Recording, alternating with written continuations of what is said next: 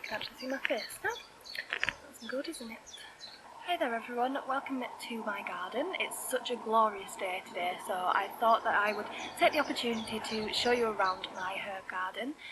Now all the herbs are very young. I've planted them about a week ago, so they are all very tiny, but I thought I'd do an introduction video, and then later down the line when they've actually grown into something, I'll do an updated video and kind of tell you a bit about what I've been using them for and that type of thing. So I've wanted to get into herbs for a long time now, but I've just never got round to it, and I thought, you know what, we've just moved into our own house and we've got a garden. So me and my mum just went and bought a load of herbs and planted them.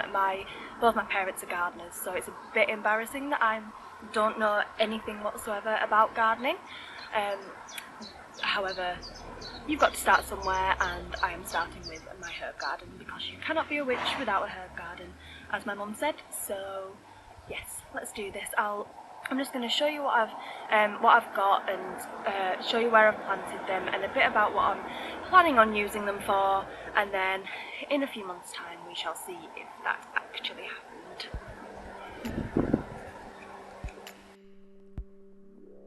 Right, so here we have my chamomile and my coriander plant very close together next to each other.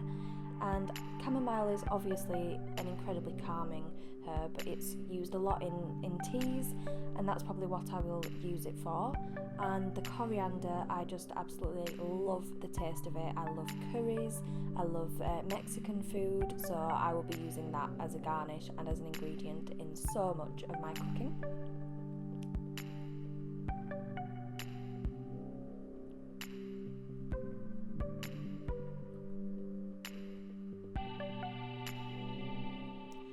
And speaking of cooking, here we have my curry plant. Now I have seen conflicting information as to whether you should use this in cooking. I think you can use it quite sparingly, but I think I might just use it for its aromatic properties because it smells absolutely amazing. So here we have lavender. Now there are no actual flowers on this lavender yet. He is still a baby.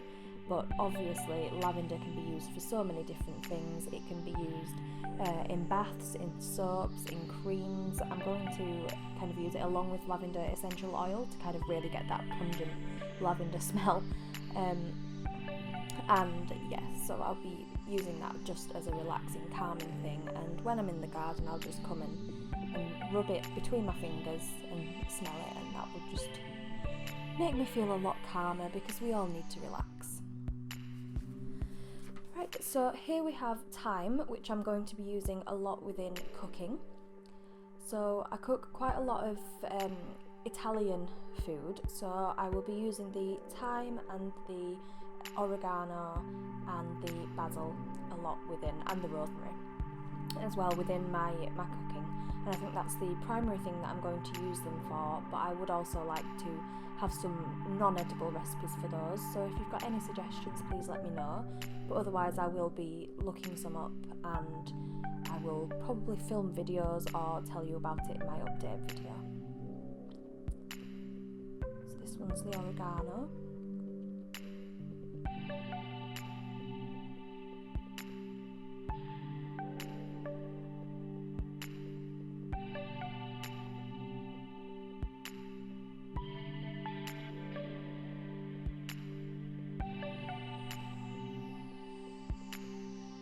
Here we have the bush basil. He's so sweet. I love the teeny tiny little leaves, and he smells amazing. Absolutely gorgeous.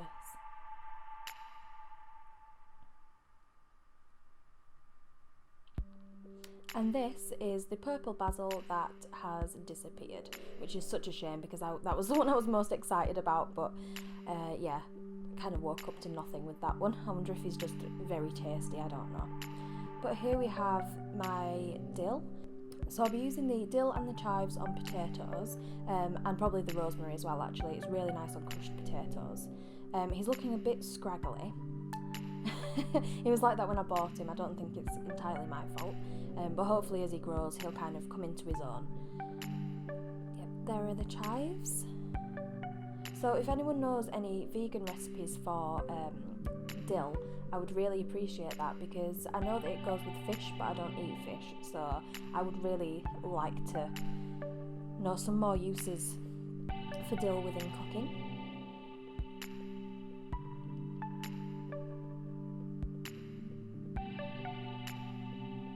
So here's my sage. Now obviously sage has a lot of spiritual properties. I think anyone that's witchy will have worked with sage before, and basically I'm going to be using this to make smudges and loads of witchy stuff, but I'm also going to be using it within cooking as well. I'm going to try and make some homemade stuffing, because I love stuffing, but I always buy shop bought, so I think now I've got a sage plant, I should actually possibly try to use the sage in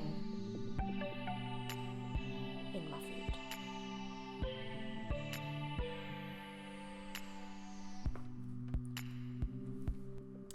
So here we have marjoram. Now I've never used marjoram before. I kind of bought this on a bit of a whim, to be honest, but I think you use it pretty much in the same way as oregano, so I think that's what I'm going to be doing with that one.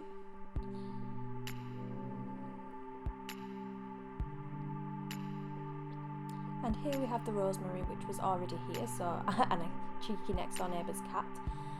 And I wanted to end on my namesake herb, because that rosemary is my birth name on my birth certificate, and I'll be using this loads in cooking and for aromatherapy. I love the smell of rosemary. I have it in my baths. I use rosemary essential oils, and I put it in a lot of my foods, so I will get a lot of use out of this, and we've got a hell of a lot of it, so I think that, yeah, I'm definitely not going to go short of rosemary. So I hope you enjoyed this video. I hope you can't hear the dog whimpering. She's so needy. We fostered a little staffy, so she's waiting to be rehomed, but we're just kind of taking her in for now and giving her some love. But she's got separation anxiety, and my partner is in there right now, but I don't think she really likes the fact that I'm out here filming. She can't actually see me, I don't think, but she's in season. We're waiting to get her neutered, and yeah, she's pretty highly strung at the minute, so hopefully you can't hear her, but I'll go give her lots of love and cuddles now. So I hope that you enjoyed this video, and I shall speak to you again soon. Bye.